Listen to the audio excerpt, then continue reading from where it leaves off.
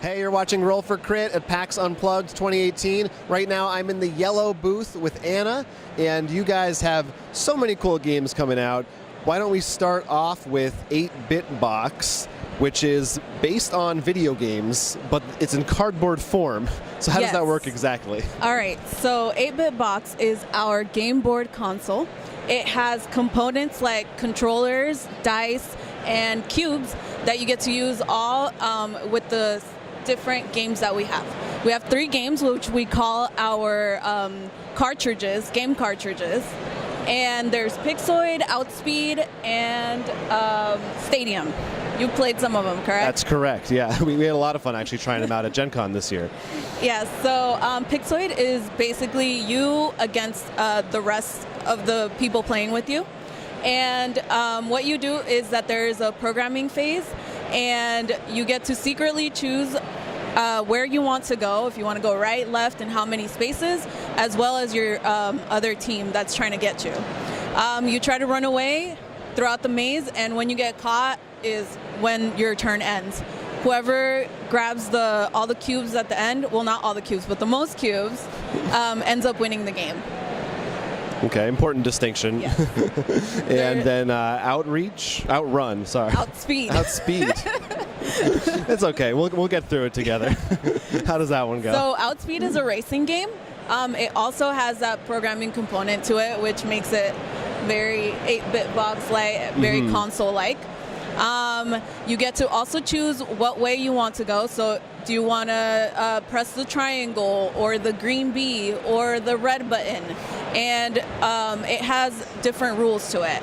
So every card, depending on what round you're on, is going to tell you, okay, so if you press the triangle, you get to go up 3 spaces. But if 3 people press the triangle, then nobody goes anywhere.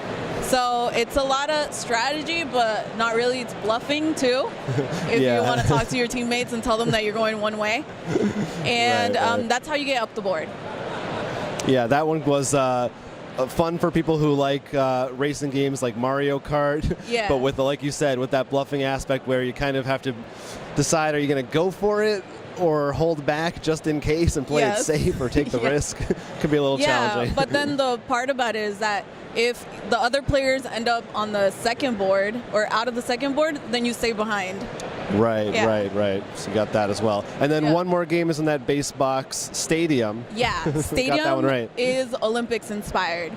So it's a track built out, and each track piece has a trial that your team is going to compete. So it's either 4 or 6 players, and you want to be able to compete in this trial with the controllers. You're going to use the controllers on this one. And at the end, you're going to have a gold medal, a bronze medal, or a silver medal. And makes sense. Yeah. Do you have a favorite between the 3? I definitely like Pixoid because it's fast and, you know, it's you against everybody else, and it goes by quickly, so it's fun. Yeah, it's a really unique concept. Do you know if you guys have plans yet? We probably do, but anything concrete for future editions? We do have one in the works right now, which is going to come out next year. Okay. And we're planning to have a lot of future editions, so you're going to be able to build out your 8-Bit Box however you want. We also have space inside of the 8-Bit Box designated for those future titles. Pretty cool, yeah. And I think it's not a super expensive game, and you're getting 3 in 1 basically. Yeah, you're getting 3 games, and today at the con it's $36. So yeah, just come by and get it here if you can. All right, what else do you have to show off though? Because you got some other new stuff. We also have Fairy Tile, which is on the top right here. Good reason to pick it. Yeah, Fairy Tile. Fairy Tile is fairy tale inspired, obviously, no pun. Yes, pun intended, actually. Pun intended. It's 2 to 4 players, and it's ages 8 and up. So what you have as game components is miniatures. You have a dragon miniature, a princess, and a knight. And all of these pieces do different things within the board. So the princess can go from castle to castle and outside of the castle, 1 space outside of the castle, while the knight can only travel 2 spaces. And the dragon can fly across the board. You're going to get 12 cards, and in these cards, it's going to say a part of a story, and it's also going to give you a task. So once you complete the task, this becomes part of your story.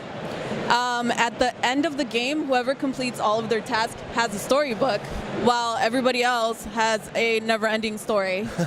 That's so sad. So, next time. So there's kind of a light storytelling narrative element to it, in addition to just being like a tile game, which is cool. That's appreciated. Yes, definitely. Fits the theme, and it's got this cool kind of old-fashioned, looks like a woven tapestry or stained glass or something artwork.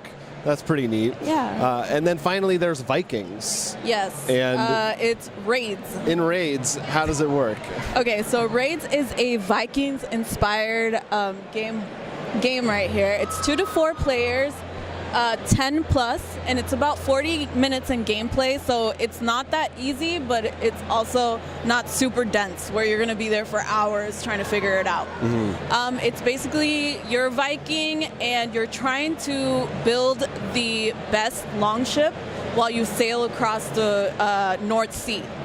So you're collecting meeples, you're collecting our wooden meeples, our coins, and also resources and weapons so that you can kill monsters and challenge other players. So that's fun. I mean, that's exactly what people like to do. Vikings are super cool right now. I'm into them.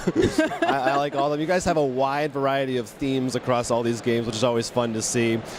Anything else you have going on? I know there's Decrypto we don't have a copy of. That's another kind of hot new one. We just sold out, guys. So get it in stores, get it at your local friendly game store, or get it online at yellowgames.com. Too hot to show off here. Yes. but that's a cool, kind of a word guessing game, which is a genre that we really like. And you always have, of course, a big backlog. King of Tokyo, I know you guys are always coming out with new promos and things like that as well. Our newest one is Anubis, and we also just sold out of that one today. So get that one also. We have a Bunny Kingdom expansion coming out, and it's going to be cloud themed. So you're going to be able to build your fiefs in the clouds and on land. And there's going to be a lot of new resources, a lot of new components to it. So look out for that. Very, very exciting. Bunny Kingdom's a good one too. I know this is PAX Unplugged's second year, of course. Yes. Were you at PAX Unplugged last year too? I wasn't, but I heard this year has been way bigger and way better. A lot bigger. You've been enjoying it though. People have been coming out, having a good time. Yeah, definitely. We had a prize wheel and everything. So if you come next year, make sure to see what times we're doing the prize wheel. You can win some games. Good tip. Good tip. So thank you so much for talking to us. Check out all these games. This has been Roll for Crit at Yellow's booth at PAX Unplugged. To catch more interviews like this one from PAX Unplugged 2018, please like and subscribe to Roll for Crit. And don't forget to check us out and follow us at Instagram, Facebook, and Twitter, all at Roll for Crit.